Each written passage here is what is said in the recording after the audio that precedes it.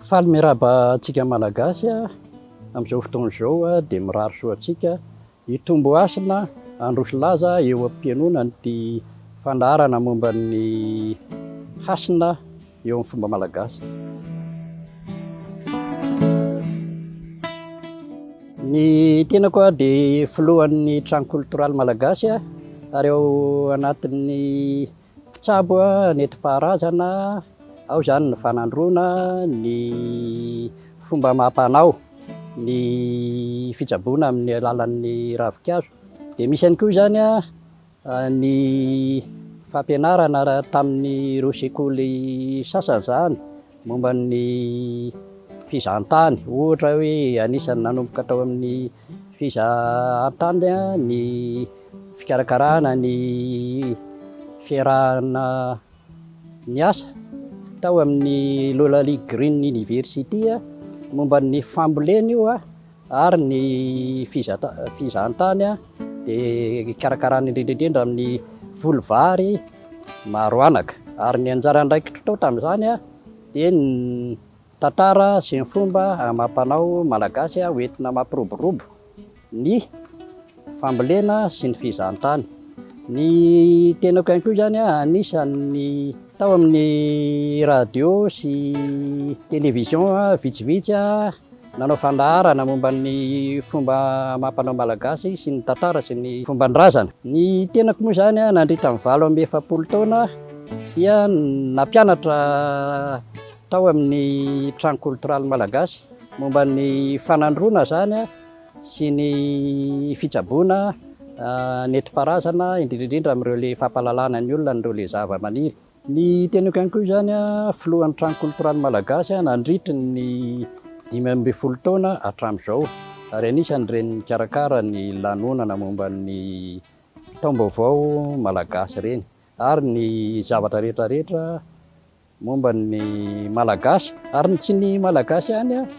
fa ny zavatra mahasoa ny olombelona ka ny fahalalana sy fahendrena iombona n'izao tontolo izao.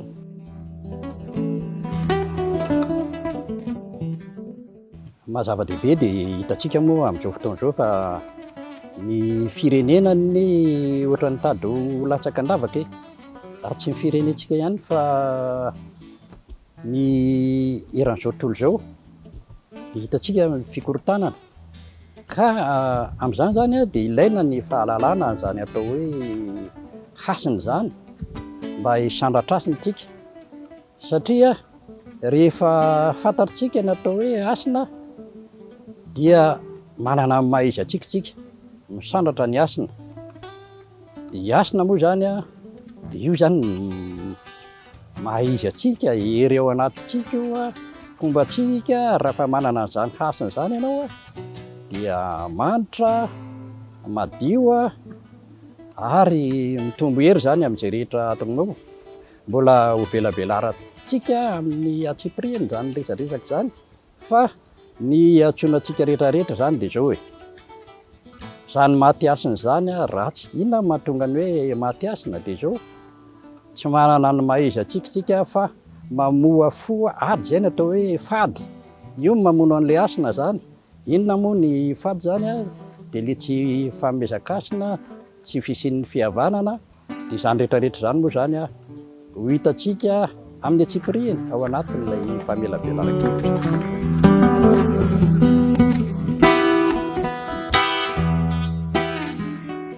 Ny tombotsoa manokana dia izao: fantaro ny tenanao, rehefa fantatrao ny tenanao dia hisy vidiny ianao, hanana lanjany ianao, hisy lazany ianao ary hanana voninahitra. Zay zany, misy vidiny, manan-danja, malaza ary manana voninahitra ianao zany eo amin'ny fiainanao. Zany rehetrarehetra zany ihany koa dia mbola ho velabelarantsika ao anatiny, zany hoe inona ny vidiny, inona ny lanja, inona ny hasina ary inona ny voninahitra. Io ilay atao hoe manana toetra vala aro, vala fiarovana. Ny zavatra antenaina raha ohatra hoe ho anahy aloha dia zao tsika rehetrarehetra zany raha tonga ao dia zao foaizina lay fanahy ny olona ao anatintsika satria rehefa mifoha lay fanahin'olona iny a dia mivelatra lay hasina satria hoa lay hasina io zany a lay hery mahizy atsika rehetrarehetra ny toerana misy atsika tsirairay avy ary ny haja ifanomezana eo amin'ny tany amamonina sy ny tontolo iainana ka rehefa itsika ny tontolo manaja ny tontolo iainana sy mifanaja isika rehetrarehetra dia ilamina ny tany mahandry ny tany zay no atao hoe misy andry ny tany a dia raha mandry ny tany a dia milamina ny rehetrarehetra tsy handolondolony ny zavatra tsontsika fa adio amin'izay rehetra atao hoy izay hoe ambava homana akoho mieritreritra fa dia tongava antsika rehetrarehetra.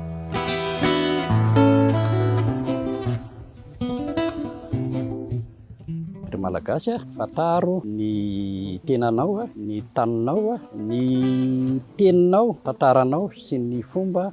amam-panao anao a fa rehefa mahalala an'izany ianao a dia anana amin'ny maha-izy anao ary velatra ihany koa dia hitombo hasina sy handroso laza amin'izay zavatra rehetrarehetra atao ireny io zany a dia mbola ho dinidiniantsika amin'ilay famelabelan-kevitra izay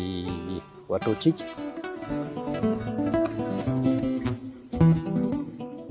Io hasina io a dia tsika malagasy ny tena mamelabelatra azy fa